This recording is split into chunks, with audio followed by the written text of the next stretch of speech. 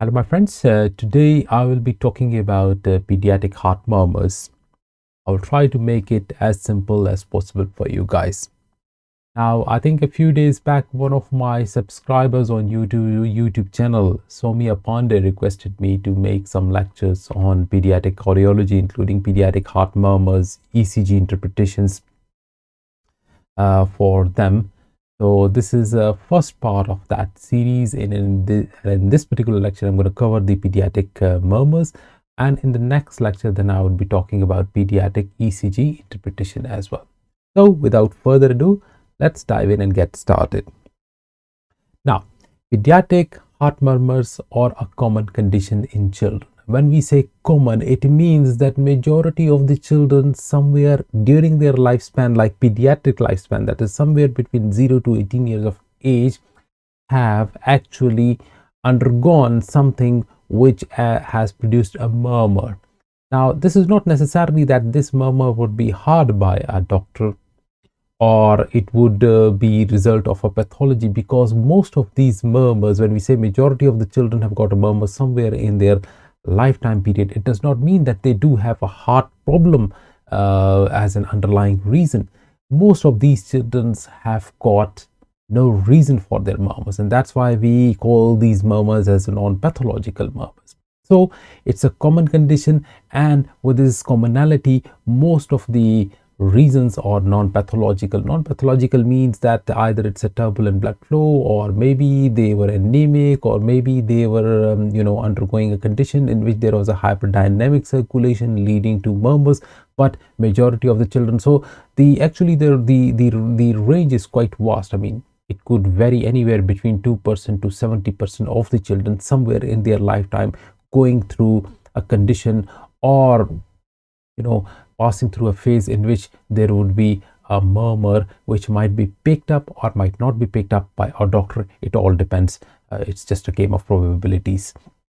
Okay, now, as during this discussion I told you that majority of the murmurs in children are non-pathological. So murmurs are classified into two types: pathological and non-pathological. Pathological means that there is a structural heart problem or some anatomical reason for that, and non-pathological means that there is no good reason for it. No good reason means like there is no pathology, there is no disease responsible for that, and they might be occurring because of simple physiological states. That's why it's very important that you understand the types, the causes, and management. Obviously, management means management of the underlying condition if that is present, but that's important for you to understand. So having said that, let's go further ahead. Now, murmur, when we use this word murmur, what does this mean? Murmur is an audible sound. Now, this audible doesn't mean that, like, somebody standing in front of you and you are hearing with your ear. Though sometimes it can happen as well, rarely, like grade 6/6 murmurs can be heard without the stethoscope, but in most of the cases you need a stethoscope to hear it. So murmurs basically are sounds which are created by a turbulent flow of the blood. Now, this turbulent flow of the blood usually most of the time occurs because of some reason in the heart. So because heart is a complex structure in which the blood comes from the rest of your body, passes through chambers, and then it's pumped out. So it has to go into from one chamber to the other chamber, and then it's pushed out, and while it's being pushed out, it has to pass through certain walls. So if there is a turbulent blood flow, like if there are two types of flow: a laminar flow meaning you might have seen, like big rivers like Indus River, Ganga River, in which the water is flowing calmly, not smoothly. We call it as laminar flow. No waves, nothing. But sometimes in mountainous areas you might have seen small streams or rivers which have got a lot of sort of obstacles and rocks in between, and water is jumping and pushing down through those rocks, and you will see whirlpools and a lot of splashing and sounds coming from that. So that is turbulent. So turbulent basically means that when there are obstructions or angulations in the flow of a liquid, so it makes certain jet streams. So this can occur because of tight valves or leaky valves, or the structure of the heart being compressed or sort of modified because of any reason, or sometimes because there is angulation in the flow of the blood. Outside the heart, if there is angulation, the blood is not flowing straight but has to make sharp bends, then it might lead to turbulent flow, and that turbulent flow would produce a sound, and that sound is known as murmur. So very simply, murmur is a sound. It's an audible sound, again can be audible with a stethoscope or rarely without stethoscope, which is caused by what? Which is caused by turbulent blood flow. Turbulent blood flow either in the heart or in the circulation close to the heart, that can produce a sound which is known as murmur. Okay. Now murmurs, because depending on the severity of the turbulence, would produce this audible noise. So they are graded from 1 to 6. 1 means barely audible, 6 means no need of stethoscope. You can hear it like, standing close to the patient.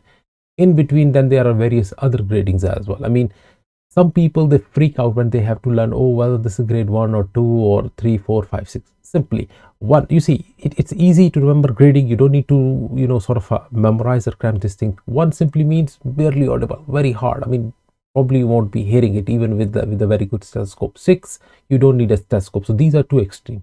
In between, 2. 2, obviously you can hear, but it's like a bit faint, like you will be hearing it. But 3 is like it can be easily heard with a stethoscope in a calm environment. 4, now 4 is from where they start. 4 is a murmur plus a thrill. So it is an audible murmur, but it is associated with a thrill. Grade 5 is a harsh murmur. It has got a thrill, and it's so loud, I mean, just like you can hear it very clearly. And 6, obviously I told you that you don't even need a stethoscope to hear it. So grade 1 to grade 6. So again, depending on the severity of the condition, you might be hearing a murmur which might be grade 1, 2, or might be grade like 4 or 5. So this grading of the murmur is based on the intensity of the sound, okay, as you hear it on the stethoscope. So again, I told you there are 2 types of murmurs, non-pathological and pathological, and we will go further deep into that. Okay, let's start with non-pathological heart murmurs. Now, non-pathological heart murmurs mean that there is no underlying structural or anatomical defects responsible for those murmurs, okay? And these are one of the most commonest cause of murmurs in children, and even if they are present, these murmurs, they disappear by the time they turn 18 years of age. So by the time they turn into adulthood, most of these murmurs are gone. Non-pathological, obviously pathological murmurs would stay as long as you don't treat the underlying cause. Now, they are further divided into 2 types. One is known as functional murmur, and the other one is known as innocent murmurs. Now, functional murmurs simply mean that there is a functional reason for that. For example, a child who is anemic, and especially obviously in South Asian countries, majority of the kids are anemic. So anemia leads to hyperdynamic circulation. So anemia can lead to like a turbulent blood flow, because there's a hyperdynamic circulation in order to compensate for low hemoglobin, and that would produce a murmur. So anemia. If children have got fever because of any reason, so fever is a condition, temperature goes up and the blood is pumped very quickly, that can lead to functional murmur, and that would stay as long as the fever is there. Or sometimes certain other conditions in which there is high flow states like beriberi, vitamin B1 deficiency, etc., like that can lead to hyperdynamic circulation and would lead to a murmur as long as that condition is present. Innocent murmurs, on the other one, there is no simple reason. It's just like somehow there is angulation in the flow of the blood, how the body is, and it just produces a murmur. And that murmur is usually present around like from 2-3 years of age to 5-6 years of age, and then goes away, because during this time there is more, child is growing up, more like sort of an angulation in the blood vessels, and there will be some murmur during this time. Remember, all these murmurs which are non-pathological are always systolic in nature. Non-pathological, systolic, it's never diastolic. Remember, non-pathological, systolic, non-pathological, systolic. Okay, fine. Moving ahead, pathological heart murmurs. Pathological heart murmurs are caused by anatomical defects, most of the time in the heart, or sometimes anatomical defects in the blood vessels as well. Now, pathological murmurs are either systolic, diastolic, or continuous. Systolic, diastolic, and continuous, and I'll come to in a moment like what is a systolic murmur, what is a diastolic murmur, what is a continuous murmur. But remember, most of the time these are caused by structural heart defects in the heart, for example stenotic or regurgitant valves, malformation of the heart chambers or some problem in the vasculature coming out of the heart. Now, coming down to the types of murmur. So, systolic. What is systolic murmur? Systolic murmur is a murmur which occurs, as the name says, occurs during systole. So, while the heart is contracting, and while the heart is contracting, what happens? The aortic and the pulmonary valves open, and the mitral and the tricuspid valve, they close. So, if the blood goes out like through stenotic aortic, and because it has to go forward, so if it is passing through stenotic valves like pulmonary stenosis, aortic stenosis, it will produce a systolic murmur. Or if there is leakage in the wall, like pulmonary and tricuspid and mitral valves are leaking, regurgitant, so it will move back as well. That would also produce systolic murmur. So I will give you a formula like in which conditions you will find. So systolic murmur basically is a murmur which is produced during systole, and when you are listening on the chest, it is between the first and the second heart sound. So loop is the first heart sound, doop is the second heart sound. So any murmur between them is systolic. So loop doop, loop doop, loop doop, this is normal heart sound. But if loop shift doop, loop shift doop, loop shift doop, so you can see loop shift doop, loop shift doop, loop shift doop. So a murmur is occurring between loop and doop, so that is systolic. Diastolic, in other words, occur during diastole, when the ventricles are relaxing. So when the ventricles are relaxing, aortic and pulmonary valves are closing, and the tricuspid and the mitral valves are opening. So stenotic lesions in mitral or tricuspid wall, or regurgitant streams in aortic or pulmonary, that can produce diastolic murmurs. And diastolic murmurs occur between the second and the first heart sound. Loop doop, first and second heart sound, then loop doop, again first and second heart sound. So any murmur between S2 and S1. So loop doof, loop doof, loop doof, loop doof, loop doof, loop doof, loop doop, loop doop, loop doop. So first heart sound, loop doop, second heart sound, and diastolic murmur. So diastolic murmur is a murmur that occurs during diastole, and it is heard between S2 and S1. Continuous murmurs are murmurs which are heard in systole and diastole. So there is a continuous, like in, you can't make it whether it's like systolic or murmur, it's a continuous murmur, and that usually occurs in patent ductus arteriosus in the very young children. So systolic, diastolic, and continuous murmurs. Now, how do you approach the murmur? Like how, as a doctor now, we forget about all these things. You are sitting in a clinic, okay, you are seeing patients. Two ways that you will pick up murmur. Number one, obviously, a child has got some underlying heart problem, or the history is pointing towards that, or you are very much suspicious that there's an underlying heart problem, and you think you will pick up something when you are auscultating the chest. Okay, so you think he might be in heart failure, so you think that there might be some structural heart problem, so you're thinking you might pick up some murmur somewhere. So that is one thing when you are expecting a murmur.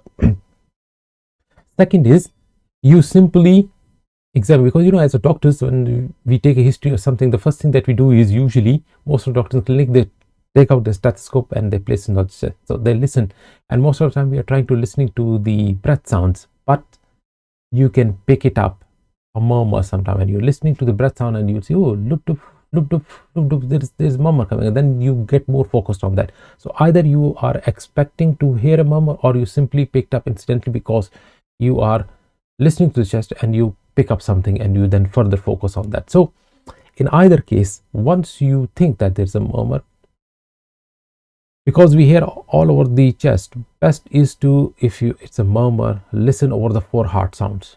So the apex, where the apex beat is, then the lower left sternal edge, which is also known as the tricuspid area, then the upper left sternal edge, which is the pulmonary area, and the right upper sternal edge, which is the aortic area. So auscultate these 4 areas, and after that you can also auscultate the carotids or the neck, or you can auscultate in the axilla and auscultate at the back as well. So 4 areas of the heart, 3 areas: neck, axilla, and the back between the shoulder blades. So auscultate all these areas and see whichever murmur you are hearing. So you have heard a murmur, don't think it's systolic or diastolic, you are hearing something. Now see where you hear it the most, like where you hear it the loudest, where you hear it loudest on the apex, on the lower left sternal edge, upper left sternal edge, right upper sternal, or somewhere on the back. Make a mark. So write in your notes murmur heard loudest at this point? You don't know it's systolic or diastolic, don't at the moment. Just see where it is heard the most clinically, number one. So you make a note of wherever it is heard plus where it is heard the loudest. This is very important because loudest is the area where probably the pathology would be. Okay, now once you have noted down that it's a murmur which is, let's say, loudest at the right upper sternal edge, but you can also hear it on the left upper sternal edge and the let's say left lower sternal edge. Okay, but it is loud at that. Then now you think, okay, whether this is systolic or diastolic. So you have now focus on that and see and time the loop dup, whether that sound is coming between loop and dup or between dup and loop. So based on that, you know it's systolic or diastolic. I mean, some people say early diastolic, early systolic. I think clinically that becomes irrelevant. Clinically, it is very difficult for a general practitioner or maybe for us, an ordinary doctor to time it whether it's like early systolic or diastolic. This is probably left to the cardiologist. At least for you, the best thing is to pick up a murmur where it is heard most and whether it's systolic and diastolic. Forget whether it's early or late. Okay, but that's very hard. Okay, so you need to understand whether it's systolic or diastolic. Okay, now coming down to the things. Systolic basically are either systolic or pansystolic. Now you would say, why you are talking about pansystolic? Is that murmur in which you probably would not be hearing the first heart sound. So loof tup loof tup loof tup, this is first heart sound, second heart sound, in between there's a murmur, systolic. But in pansystolic murmur, it's fu tup tup. You don't like hear the first heart sound, tup tup tup, like fu and tup, murmur, second heart sound, back, murmur, second heart sound. These are usually systolic pansystolic murmurs. And pansystolic murmurs, remember, three conditions. Pansystolic murmur is mitral regurgitation, tricuspid regurgitation, or VSD. Mitral or tricuspid regurgitation or VSD. Where do you hear it? On the apex. If you are hearing it right here at the apex or apex, okay, then most probably it is mitral regurgitation. Loudest, you would be hearing it here as well, but if it is loudest pansystolic murmur at the apex, that is mitral regurgitation. If you hear it loudest on the left lower sternal edge, it is either tricuspid regurgitation or a VSD. So mitral regurgitation, tricuspid regurgitation, or VSD. VSD can occur as a as a singular entity or might be a part of tetralogy of Fallot. Forget about it at the moment. Simply, if it's pansystolic, VSD. Okay. Systolic, simply systolic. Now, pansystolic was no heart, no first heart sound, tup, a murmur and a second heart sound. If you can hear the first heart sound and you can hear the second heart sound in between the murmur, then it is a systolic murmur. So systolic murmur, again, where it was loudest. Where it was loudest. If it was loudest at the left upper sternal edge, pulmonary stenosis. If it was loudest on this side, the right upper sternal edge, aortic stenosis. Okay. So remember the word pass. If you have heard that, you have passed. PASS. P for pulmonary, A for aortic. Okay. S for stenosis. Second S for systolic. So in pulmonary and aortic stenosis, murmur is systolic. So pass. PASS. Pulmonary, aortic, stenosis, systolic. So remember, on this side systolic, pulmonary stenosis, on this side systolic, aortic stenosis. Aortic stenosis would also radiate to the neck as well. Okay. Diastolic. Diastolic is between second heart sound and first heart sound. Usually it's heard by the bell because it's usually quite faint. So once you have listened with the diaphragm, then turn around and listen with the bell as well. The diastolic murmur, which is loop dup, loop dup, loop dup. So that sort of thing. Again, if you hear it at apex, that is mitral stenosis, usually caused by rheumatic heart disease. So mitral stenosis murmur here, as usually listen with the bell. Child has to be put on the left side, and it usually can radiate to the sometimes can radiate to the axilla as well, but usually it's quite faint. So mitral stenosis. Okay. If you hear it at left lower sternal edge, then it's usually tricuspid stenosis. So remember, as I told you, PASS, pulmonary and aortic stenosis systolic. Then remember the word paid, PAID, paid. When you are paid like a stipend or paid salary, P and again pulmonary, aortic, I stands for incompetence. Incompetence means like incompetent, regurgitant, and D is diastolic. So pulmonary and aortic regurgitation would produce what? Diastolic murmur. So if at the left upper sternal edge, instead of systolic, you hear diastolic, that is what? Pulmonary regurgitation or incompetence. If you hear it at right upper sternal edge as well as left lower sternal edge, that is what? Aortic incompetence or aortic regurgitation. Okay. So apex diastolic murmur is mitral stenosis. Here left lower sternal edge, tricuspid stenosis. Upper left sternal edge, pulmonary regurgitation. Right upper sternal edge, aortic regurgitation, but aortic regurgitation is also heard at left lower sternal edge because the aorta is going like this. And just to add a few things more with systolic murmurs, in neonates, most of the times when you listen to a systolic murmur at the left upper sternal edge, we call it pulmonary flow murmur. And pulmonary flow murmur is because of the high blood flow going into the right side of the circulation because of the dominant right ventricular forces in neonate. You know, neonates are born with most probably right ventricular forces because of the way the fetal circulation was. So most of the neonates would be having some form of systolic murmur, which you would hear at the left upper sternal edge, which is known as pulmonary flow murmur. It's just because of high flow across the pulmonary artery, which usually goes down as the child is growing.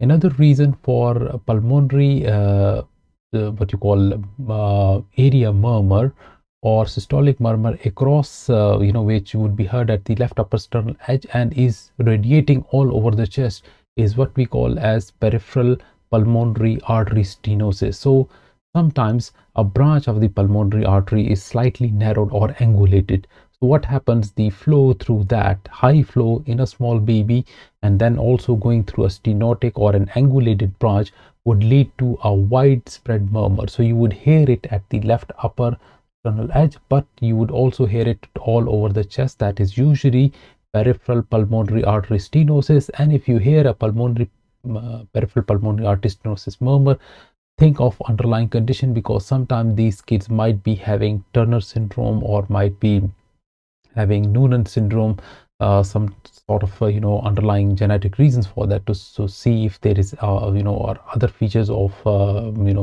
these disorders like Noonan and Turner. One thing more, that is the continuous murmur. So continuous murmur is usually heard throughout systole and diastole. So it's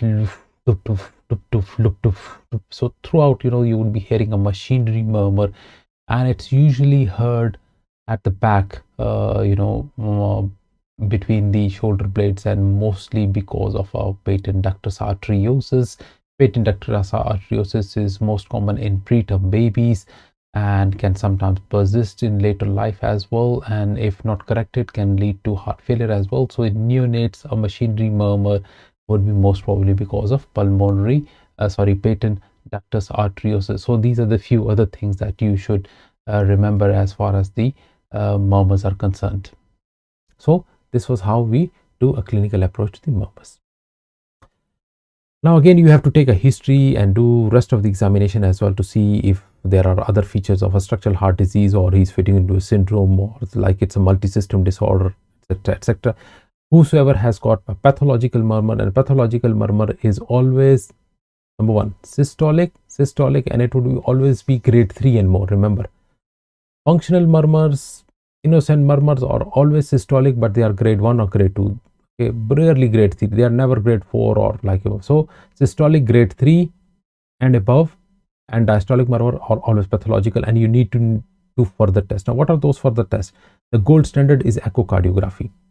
Some people say ECG and chest X-ray ECG and chest X-ray are generally helpful in overall evaluation of cardiac disease, but they don't have any role as far as the murmurs are concerned. Okay, so remember, as a general, every doctor would do that, like they would start with ECG simple and then a chest X-ray and then they will move on to echo. But if you are asked in the exam what is a specific test after murmur to see, because echo would tell you whether the valve is stenotic, you can take the valvular measurements, you can take the flow gradient across the valve, so how much blood is flowing across the valve, like what are the jet streams, either there are any regurgitant streams, what is the lesion, like what is the diameter of the valve, or whether the valve flaps are going back, regurgitation or stenosis. All those things, structural heart problems, are very beautifully picked up by echo. So the answer is echocardiography. Remember, echocardiography. Okay, and obviously then you have to treat, if there is any underlying condition, you will have to treat it.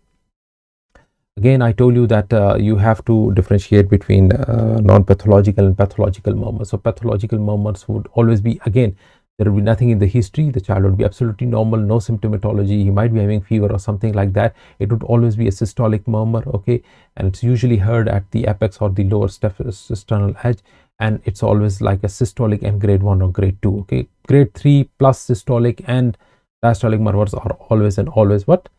Pathological. So for non-pathological murmurs, if somebody asks you how do you treat them, we don't treat them. Okay, these are like non-pathological states. You don't need to do anything.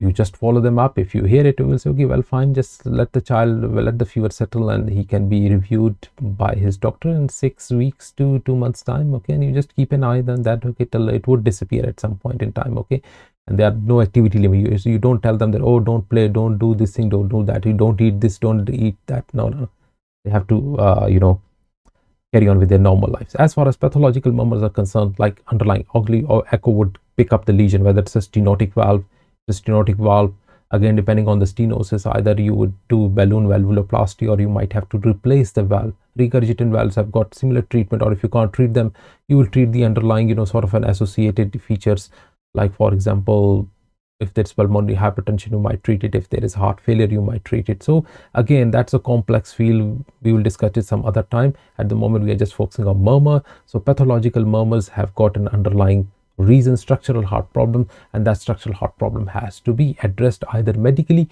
or surgically, and that should be your answer. Okay, that's a broad answer which covers everything. Okay, I hope you have liked this video. We have just discussed the pediatric heart murmurs, the approach to them, what are the reasons for them, and what do you do if you hear a murmur.